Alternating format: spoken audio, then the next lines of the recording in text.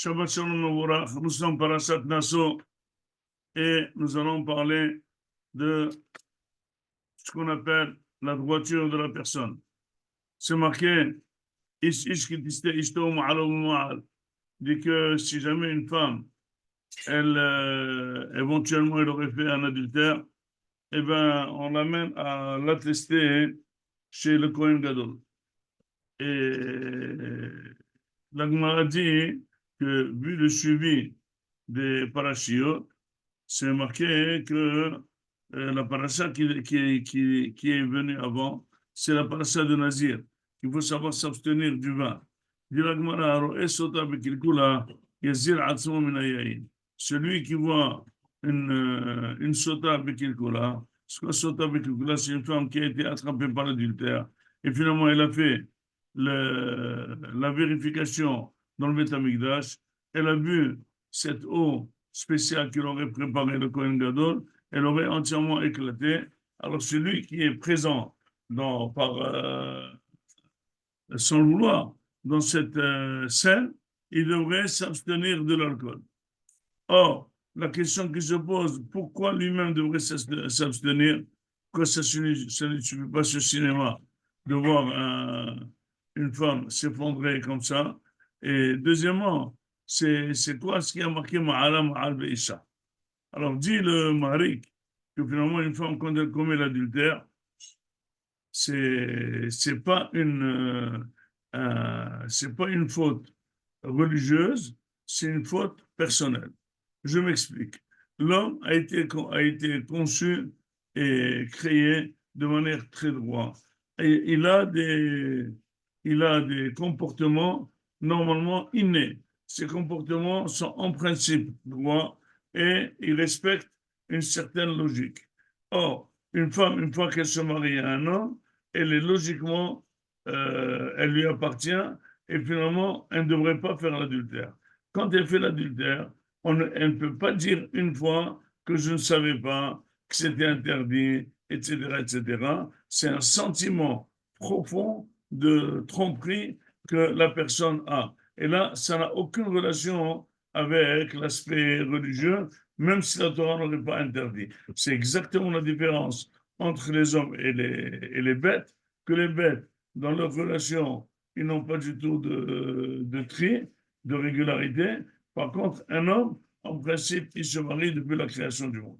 Donc, pour la Gemara dit quel peut être éventuellement le début de tout ça, ben, dit tout simplement c'est le vin.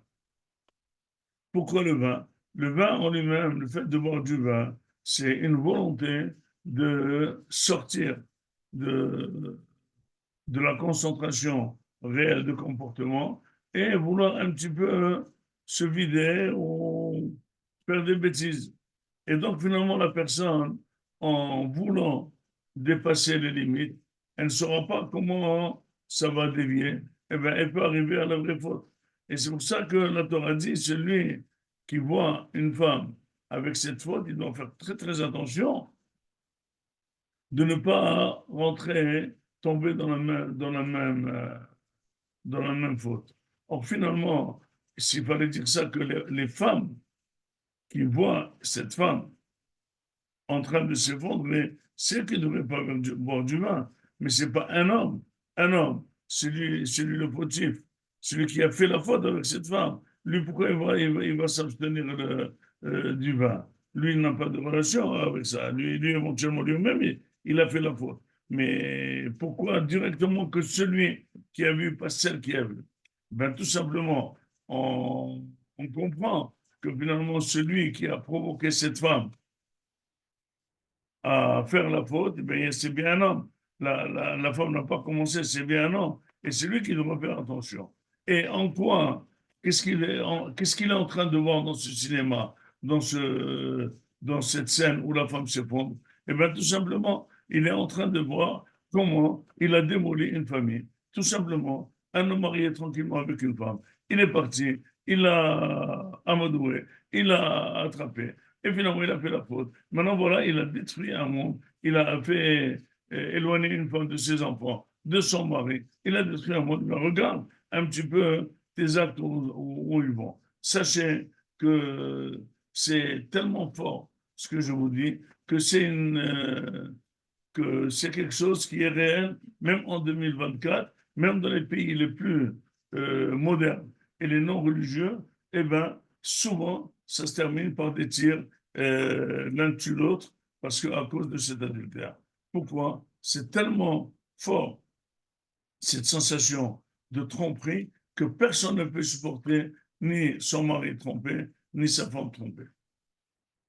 Maintenant, la question qui se pose est, finalement, celui qui a vu la scène, pourquoi la scène en elle-même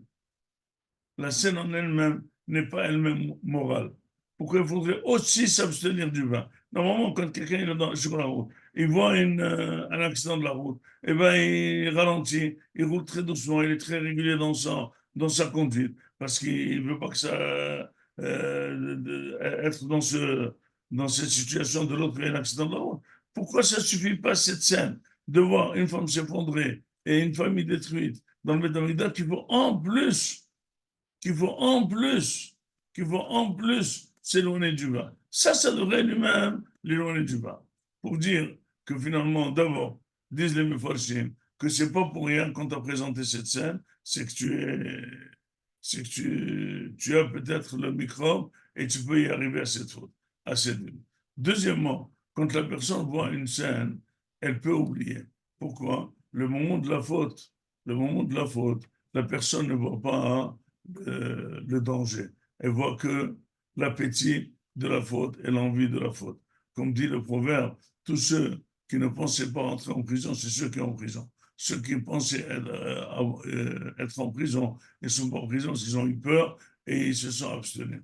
Donc finalement, ne pas faire absolument, c'est pour ça que le vin, c'est quelque chose qui n'est pas très positif, parce que la personne, en principe, elle se permet plus après avoir bu du vin. C'est pour ça que dans la Torah, c'est marqué que dans le Shahar, c'est marqué qu'une femme ne devrait pas boire du vin quand son mari n'est pas avec elle. Parce qu'une fois que les plombs et les vis ne sont pas très vissés, eh ben, elle peut être tentée. Donc, il faut absolument se surveiller de ne pas avoir une assise mixte, de ne pas être en contact régulier plus que régulier, de garder